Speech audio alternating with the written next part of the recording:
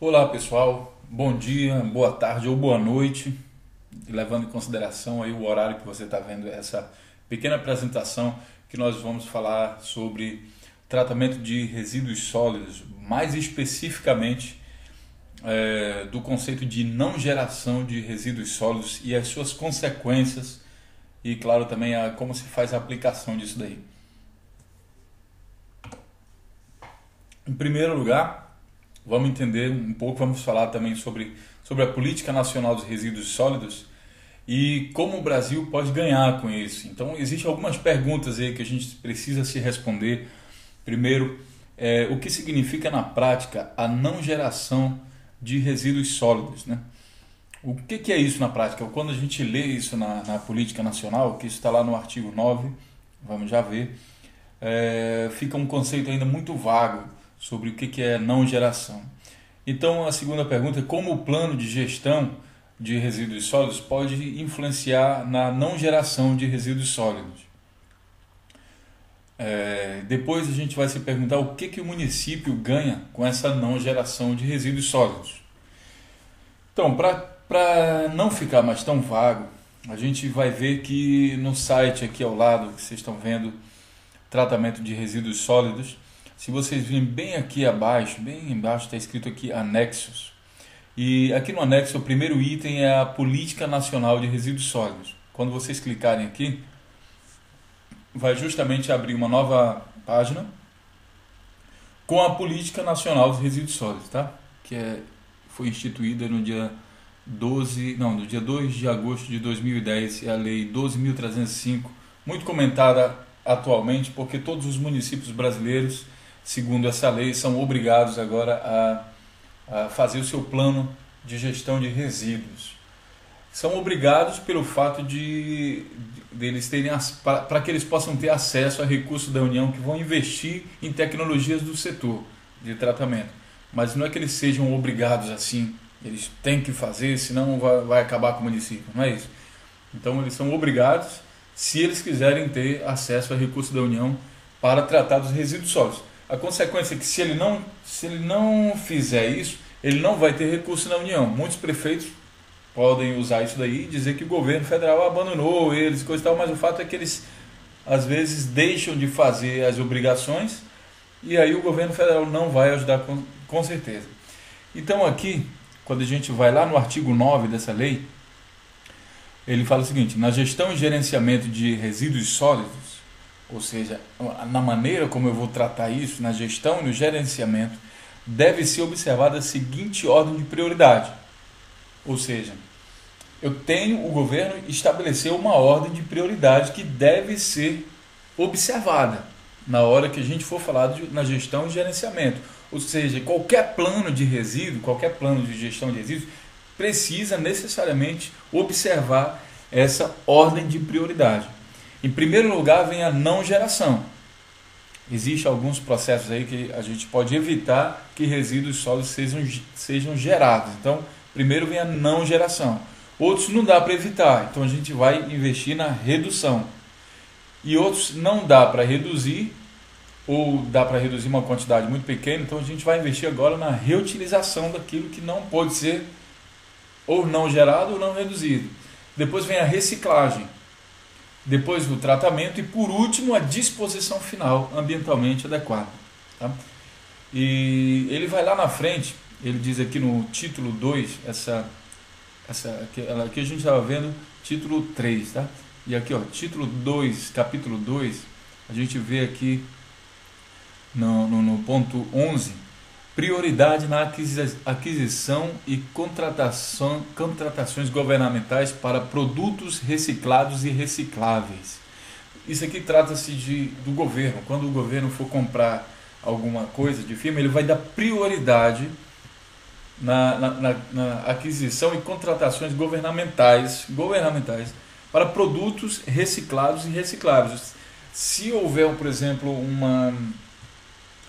uma licitação para compra de algum produto, por exemplo, papel para impressão, então vão aparecer duas firmas, uma trabalha com material não reciclável e outra com material reciclável. Isso aqui é critério para o governo para escolher de quem ele vai comprar. ele vai dar prioridade para quem trabalhar com produtos reciclados e recicláveis. Às vezes o produto não é reciclado, mas ele é reciclável. Depois do uso, eu vou poder reciclar. Então, é um outro critério de seleção. Tá? Bens, serviços e obras que considerem critérios compatíveis com padrões de consumo social e ambientalmente sustentável. Integração dos catadores de materiais reutilizáveis, tá? E a responsabilidade compartilhada pelo ciclo de vida dos produtos. Essa responsabilidade tem tudo a ver também com a questão da não geração. E estimula a implementação da avaliação do ciclo de vida do produto. O ciclo de vida do produto passa a ser um termo aí de muita importância na hora de falar de gestão e gerenciamento de resíduos sólidos e também para aprovar ou desaprovar projetos que têm a ver com o governo, quando o governo vai financiar alguma coisa.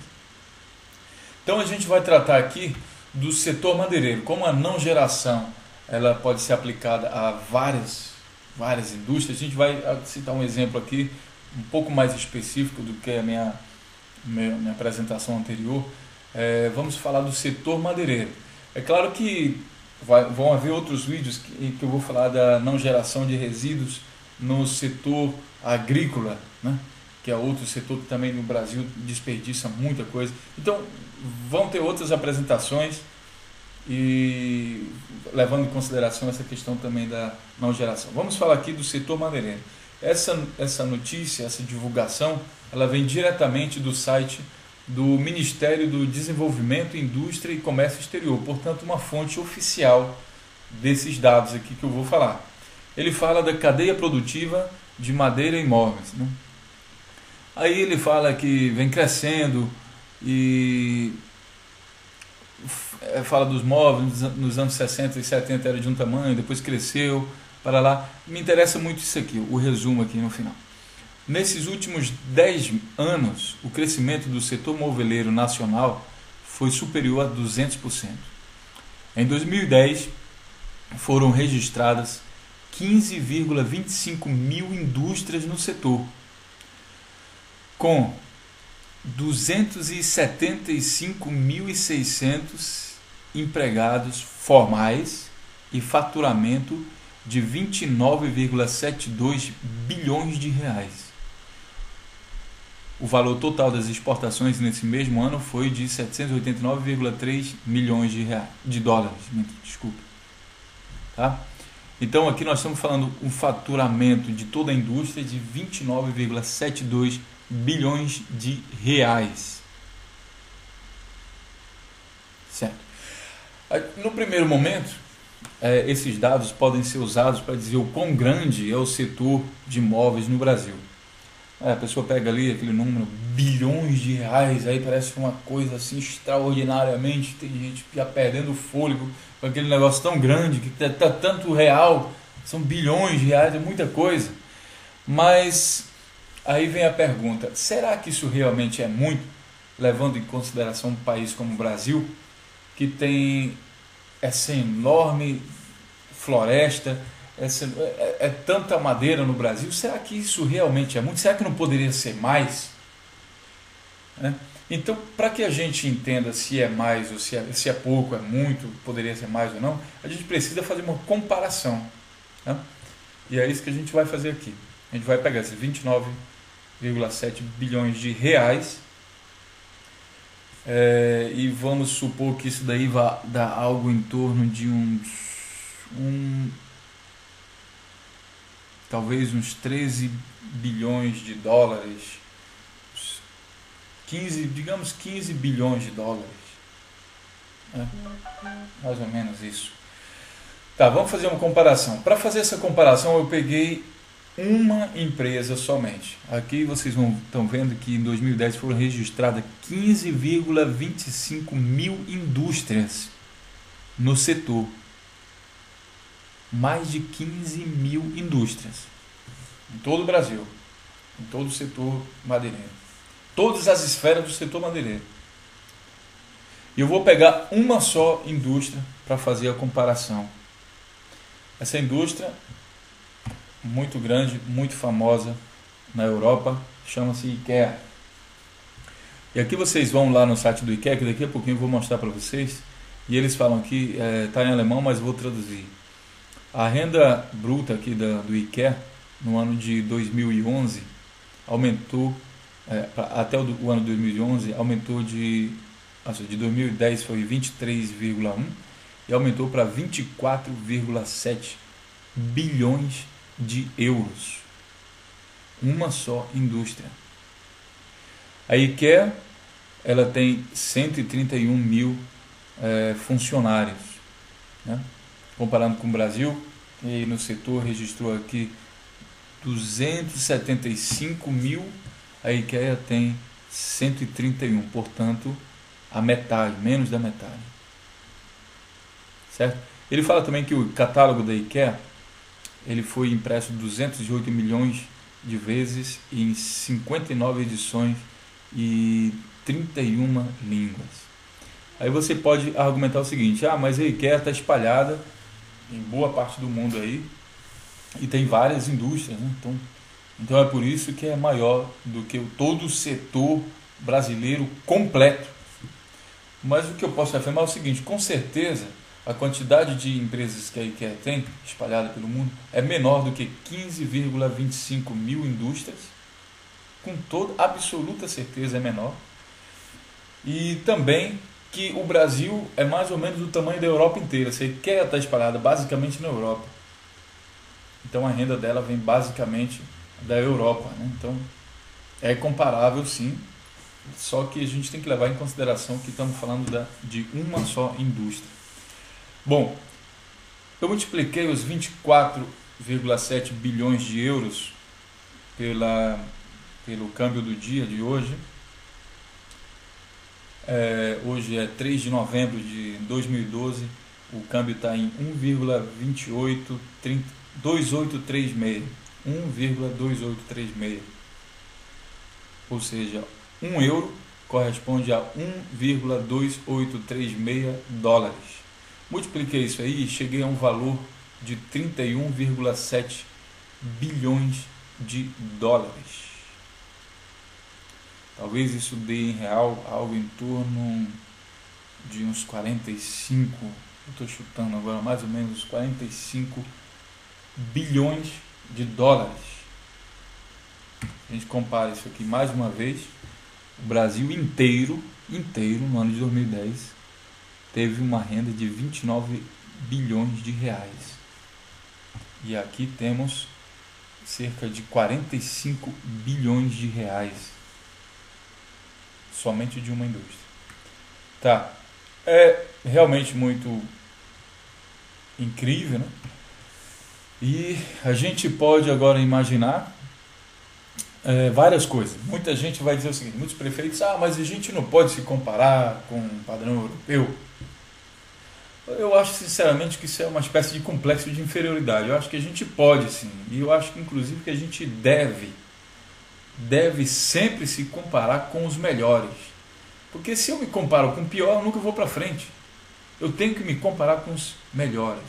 E a outra coisa é, por falta de dinheiro, não é o problema do Brasil não ter avançado, não é por falta de dinheiro, porque vocês estão vendo que a indústria brasileira também gera essa quantidade de dinheiro, e sim pela falta de investimento no desenvolvimento do setor. Não é falta de dinheiro. E se não é falta de dinheiro, eu posso contratar, por exemplo, os melhores técnicos, engenheiros do setor na Europa e levo todo para o Brasil e transformo toda uma indústria de uma hora para outra. Então, onde é que está a explicação? Até quando a gente vai ficar aceitando desculpa de políticos e outros que dizem a gente não pode se comparar com o europeu? Até quando vai durar esse complexo? Será que o Brasil é um país assim amaldiçoado por algum tipo de espírito santo ou sei lá o que quer que seja, que não tem permissão de chegar ao mesmo nível de países europeus? Será que o país europeu já alcançou o máximo da sua excelência, ou ele também continua se desenvolvendo e por isso investe no seu desenvolvimento? Será que pessoas pensam que alcançando o máximo da excelência, ninguém mais vai conseguir chegar ali? Então são várias perguntas, mas eu vou ajudar vocês a entenderem, vamos trazer isso mais para a realidade brasileira, né? Então, a questão é, eu vou tirar um pouco dessa tela e vou mostrar para vocês, tentar mostrar para vocês um pouco e explicar por que isso acontece dessa forma. O que a IKEA faz para conseguir fazer mais dinheiro? Vamos entrar no site da IKEA, é esse aqui, e já está em português, é a IKEA de Portugal, né? Está aqui o ikea.com/pt. Então aqui está em português. Então são todas as linhas de móveis e vocês vão ver que tem vários tipos de móveis, mas eles também vendem outras coisas, metais, mas a base deles é a venda de móveis, tá? E a gente vai entrar aqui primeiro aqui você pode escolher qual é o produto para que compartimento você quer comprar. Vamos lá no quarto. Vamos dar uma olhada aqui nesse site aqui do quarto. Eu vou mostrar para vocês uma coisa bem interessante. Esse móvel aqui, deixa eu carregar. Esse móvel que vocês estão vendo, ele muito provavelmente ele é feito de madeiras de plantio, como é que chama? Madeira de reflorestamento, certo? Então eles investem nesses reflorestamentos e pegam essas madeiras que tem no Brasil um menor valor de mercado, né? E também muitas outras dessa, vocês estão vendo aqui a superfície dessa madeira, com certeza isso aqui não é a madeira em si, isso aqui é só um revestimento e lá dentro tem resto de madeira reciclável. É um negócio incrível. Apesar de ser madeira reciclável, primeiro, a aparência é muito bonita e segundo, muitas vezes essas peças com madeiras, essa cômoda aqui com, olha, vocês estão vendo aqui nessa foto, o preço também é consideravelmente barato. Muitas vezes ela tem uma qualidade melhor do que as madeiras mesmo de verdade. Estou dando um zoom aqui para vocês verem o canto dela. Vocês vão ver que isso aqui realmente é madeira reaproveitada. Vocês estão vendo aqui uma prensada na outra, certo? A tampa dessas gavetas muito provavelmente é resíduo mesmo de madeira, que é prensado e depois feito uma cobertura. Vocês estão vendo aqui nos detalhes, tá? E eles, ou seja, a base da economia deles, eu particularmente conheço o IKEA e sei que muito raramente vocês vão ver, aliás, eu nunca vi móveis de madeira de lei no IKEA, certo? Eu vivo na Alemanha e nunca vi madeira de lei no IKEA, nunca vi.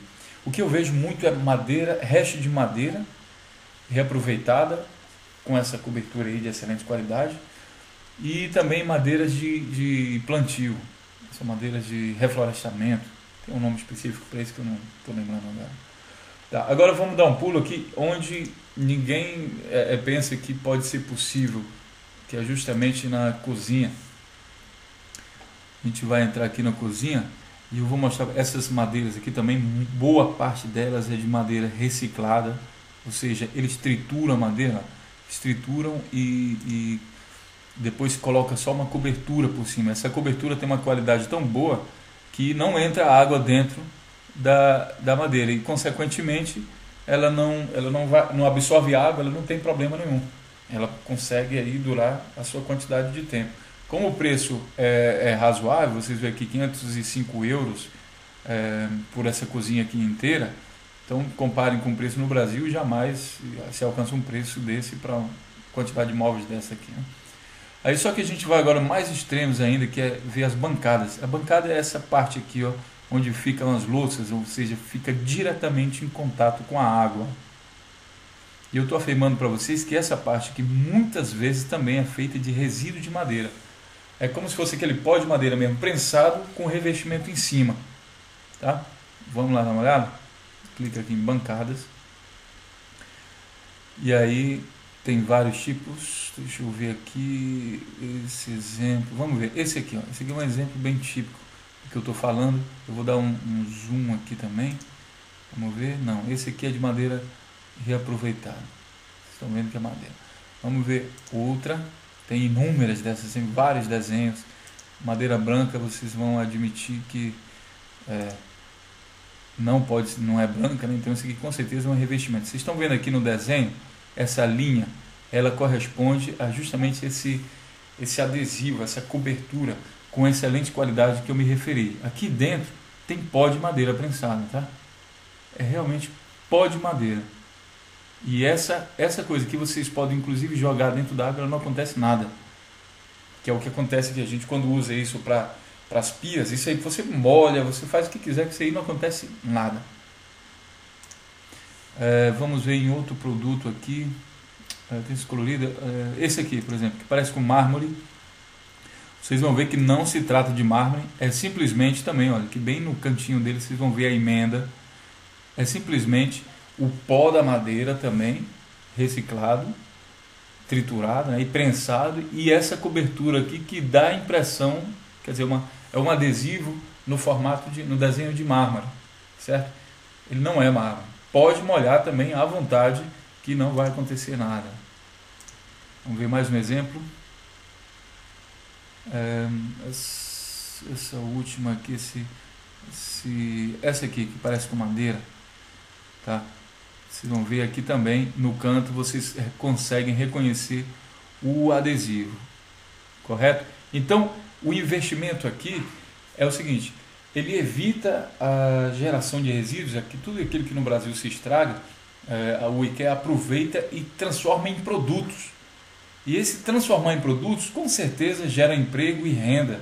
E também renda tanto para o IKEA em si, como também para a cidade que está vivendo ali daqueles impostos também dessa indústria. Só que o que é essencial aqui? Investir em tecnologia. Eu tenho que investir numa tecnologia que eu consiga fazer produtos com essa qualidade. E o interessante, agora vem aqui, olha, a medida dela é 1,86 metros por 62 centímetros.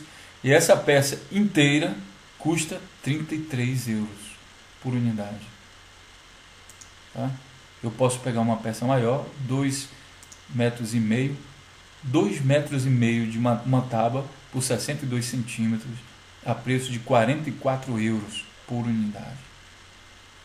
Ou seja, nem só o investimento em tecnologia consegue fazer novos produtos de boa qualidade, como gera emprego, renda, educação, cursos técnicos, tudo mais, como também ele vai vir a baratear os produtos, fazendo os produtos ficarem mais acessíveis para as classes mais pobres, por exemplo. Só temos a ganhar cumprindo a Política Nacional dos Resíduos Sólidos. Agora vem a parte triste, infelizmente eu tenho que mostrar também. Eu fiz uma visita a uma serraria e eu vi algumas fotos dessa serraria, selecionei aqui algumas, eu tirei algumas fotos. Então eles, para produzir aí essa quantidade de madeira, né, eles empacotam, aí exporta tudo, quer dizer, vai ser trabalhado no exterior. O que acontece? Como funciona o método de produção no Brasil? Por que o Brasil, apesar de arrancar muito mais madeira do que o IKEA, ele consegue vender muito, consegue arrecadar muito menos dinheiro do que o IKEA? Vamos entender. Qual é a ligação disso? Vocês vão ver aqui a primeira foto, esse desperdício aí.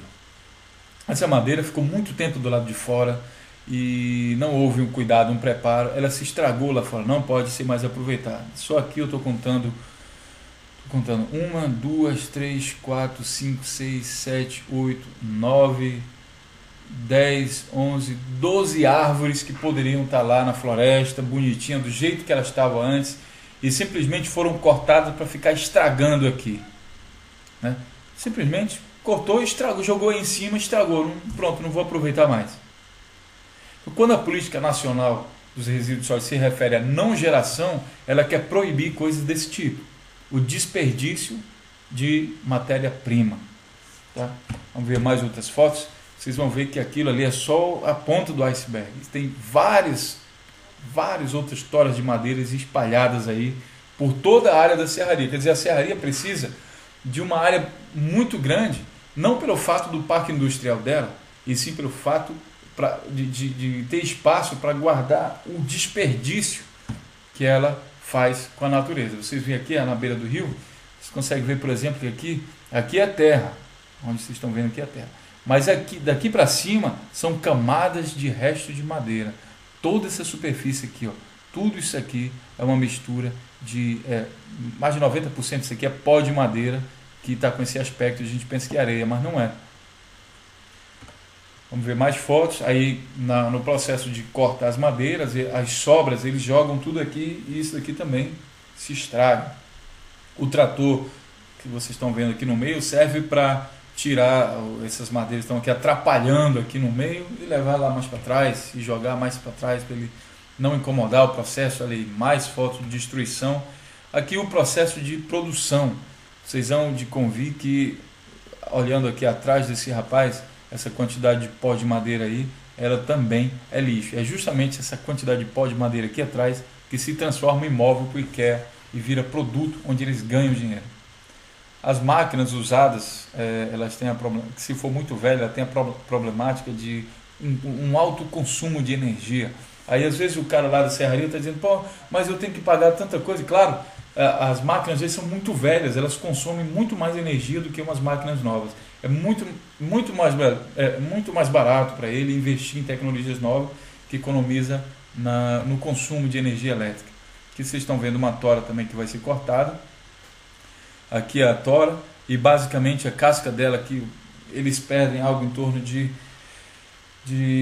uns 40% da tora é perdido somente nesse processo aí de deixar a tora quadrada, né? Toda a casca da madeira, tudo isso eles jogam fora. Vocês estão vendo aqui, é aquela parte que eles não conseguem aproveitar, tá? Mais pó de madeira, como eu falei para vocês, é jogado fora. Isso aqui depois, ó, chove e dá aquele aspecto como se fosse terra, e aí eles só fazem espalhar no resto do estabelecimento dele. Então, como eu falei para vocês, a área que eles precisam grande é para jogar o desperdício em cima dessa área, porque a instalação da indústria deles aqui, nesse caso, é muito pequena. Vocês estão vendo aqui na foto, tá?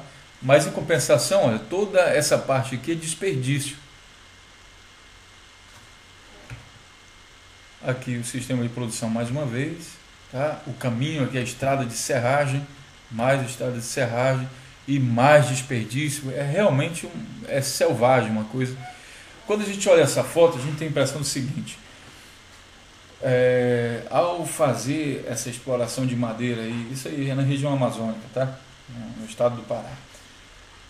As pessoas que investem no setor, elas são como bebês gigantes e mal acostumados, aqueles bebês totalmente mal acostumados, cheios de mau costume. Ele sai arrancando tudo que ele vê pela frente, ele sai destruindo tudo, seja minério, ferro, tudo ele sai destruindo, a árvore, toda a floresta, usa só um pouquinho e joga coisa fora, como se um bebê, ele come às vezes só um pouquinho quando ele está mimado, come um pouquinho e joga o resto da comida fora. É assim que os nossos profissionais de madeira trabalham aí no setor. O pior é que eles acham que, muitas vezes eles acham que estão abafando, né? Vejam aqui, de um outro ângulo aqui, a quantidade de desperdício. Isso é atual, tá, pessoal? Isso é coisa aqui de 2012. Está completamente atual. Essa é a maneira que a gente produz no Brasil. Ou pelo menos em boa parte do Brasil. Tá? Justamente essa maneira vai explicar por que o Brasil inteiro, todo um país, ganha menos dinheiro com madeira que uma empresa só da Europa. Tá? Vocês estão vendo aqui, realmente não é exagero, a quantidade, as toneladas e toneladas de madeira que tem aqui, realmente é uma coisa absurda. A quantidade de pó que tem é absurdamente. Aqui mais o pó espalhado, tá? Então, processo de produção, tá? Carrinho de mão já levando aquele pó ali. Então, terminei a sequência de fotos, vamos lá para a última parte da apresentação. A gente vai discutir agora sobre por que essa diferença, né? Por que a diferença? A diferença está com certeza aqui nessa parte, olha, na questão da eficiência no processo de produção. Para melhorar essa eficiência, é preciso se investir em tecnologia de produção. E ao se investir em tecnologia de produção, automaticamente os preços dos produtos agora vão ficar mais baixos. Então, para o Brasil chegar numa maior rentabilidade, é preciso seguir por esse caminho aqui, tá? Melhor eficiência. E qual é o próximo passo para fazer isso aí? Como fazer isso? Primeira coisa é a aplicação da Política Nacional dos Resíduos Sólidos, artigo 9º, como eu falei para vocês, que fala sobre a não geração dos resíduos sólidos, que muita gente está passando por cima, está todo mundo pensando, vou queimar resíduo para fazer energia, tá? E ninguém está pensando aí, pessoal, na não geração significa ir às indústrias, controlar meu processo de produção em todas as indústrias e ser mais rígido com leis, não permitindo que essas indústrias gerem resíduos quando elas poderiam reaproveitar. Se é uma serraria, está desperdiçando madeira, então se ela quer continuar desperdiçando, ela vai ter que pagar por esse desperdício, e o dinheiro que ela vai pagar vai servir para desenvolver uma outra empresa que vai aproveitar esse resíduo dela. Aí ela pode continuar fazendo o desperdício dela, mas ela paga por isso, ela é responsabilizada. Na política nacional também existe o termo de responsabilidade compartilhada. Então aqui ela vai ser responsabilizada pela geração do resíduo dela. Agora não adianta mais só gerar, você vai ter que pagar, e o dinheiro que você pagar eu vou investir, no caso aí o prefeito, vou investir no estímulo à criação de novas tecnologias que vão aproveitar justamente o seu resíduo. Isso eu estou falando na questão da madeireira, mas pode se espalhar para todos os outros resíduos. O segundo vídeo que eu vou fazer com certeza é sobre o desperdício na área agrícola, tá? Aqui nós estamos falando só na área de desperdício, na área de madeira. Então a não geração dos resíduos sólidos, da Política Nacional de Resíduos Sólidos, significa o seguinte: investir em tecnologias de produção para evitar os desperdícios. Eu vou começar a transformar desperdício em lucro. Também significa investir na qualificação dos funcionários, para poder trabalhar com as máquinas específicas, mas também para entender sobre técnicas de reaproveitamento de madeira. E para que isso funcione, claro que é preciso, dentro do plano de gestão de resíduos, haver maneiras de se controlar como esses métodos foram aplicados na prática. Tá? Vale lembrar que essa ciência de reaproveitamento não é uma coisa assim que ninguém tem acesso, não. Existe no Brasil mesmo inúmeras universidades, centros de estudo e tudo mais que falam e mostram como esse resíduo pode ser reaproveitado. E caso não existe nada no Brasil, no resto do mundo tem. Basta procurar. O prefeito, ele é o gestor, então ele tem a responsabilidade de se informar onde existe o melhor processo para que ele possa trazer para a sua cidade, para que aquilo ali gere renda e riqueza para o seu povo. Se esse processo está no Japão, então eu vou lá no Japão, vou dar um jeito de contratar alguém de lá, trago um japonês e vou trazer ele para ensinar como esse negócio funciona. Eu vou na Alemanha, eu vou nos Estados Unidos, qualquer lugar. É a função do prefeito cuidar para que a cidade desenvolva, né? E quando a gente faz essa aplicação dessa tecnologia, melhora a eficiência, baixa os preços, gera mais renda e gera mais emprego, tem uma outra consequência, que é a gente faz uma economia de matéria-prima. Economia de matéria-prima. O fato de eu reaproveitar ali aqueles sobras e restos de madeira implica diretamente que eu vou precisar depois derrubar menos madeira. Vão ser menos árvores que vão ser derrubadas na floresta. Isso é um incentivo direto ao não desmatamento. A gente tem no Brasil também esse objetivo de não desmatar. Então, uma das coisas para evitar o desmatamento é investir na eficiência do setor madeireiro. Porque aí eu vou precisar de menos árvores. Vou conseguir aproveitar mais, né? Consequentemente, quando essa indústria se instalar nas cidades que conseguem aproveitar esse negócio, os resíduos, eu vou aumentar a renda do município com os impostos, porque é mais uma indústria que se instalou ali. Quer dizer, o município só tem a ganhar quando se melhora a eficiência da tecnologia de produção. Então é mais dinheiro para a cidade e mais riqueza e emprego para a população. Como isso vai se transformar em realidade, é preciso que vocês sejam os controladores da Política Nacional dos Resíduos Sólidos, que ela por si só é de grande qualidade, uma grande iniciativa do governo federal, mas para que o prefeito da sua cidade faça a implementação correta disso, é preciso que você tenha consciência desses assuntos que a gente está tratando aqui, para que você consiga cobrar de uma forma mais efetiva que a Política Nacional dos Resíduos Sólidos seja implementada como ela tem que ser. Um erro muito grande seria a gente construir simplesmente aterros sanitários e jogar todo o resíduo de toda a cidade ali debaixo da terra sem aproveitar nada. Imaginem pegar todo o resíduo de madeira e jogar debaixo da terra. Seria um grande desperdício para a natureza, seria perder a chance da humanidade. Então, muita atenção na hora que o prefeito da sua cidade propor como solução para os resíduos sólidos somente a construção de enormes aterros sanitários que vão abastecer e vão cuidar o lixo da cidade em 20 anos ou mais. Isso é falta de compromisso com tecnologias de desenvolvimento da sua cidade. Então, fiquem ligados, essa é a participação. Se vocês quiserem mais informações sobre tratamento de resíduos sólidos, entre aqui no site www.trsolidos.com. Lá vocês vão encontrar também o meu contato e vão poder escrever e-mails e esclarecer dúvidas e discutir comigo, quem sabe, outros assuntos. Eu vivo na Alemanha, aqui a gente tem a indústria madeireira aqui também, apesar da Alemanha não ter esses grandes parques de madeira aí, que o Brasil tem essa disposição, a eficiência deles na produção de móveis é demasiadamente grande, o controle deles é muito grande também, indústrias que trabalham com isso, não deixando desperdiçar nada. Então os alemães ganharam no desenvolvimento de máquinas e também de madeiras, de produtos feitos à base de madeira. Tá? Então fique à vontade para entrar em contato.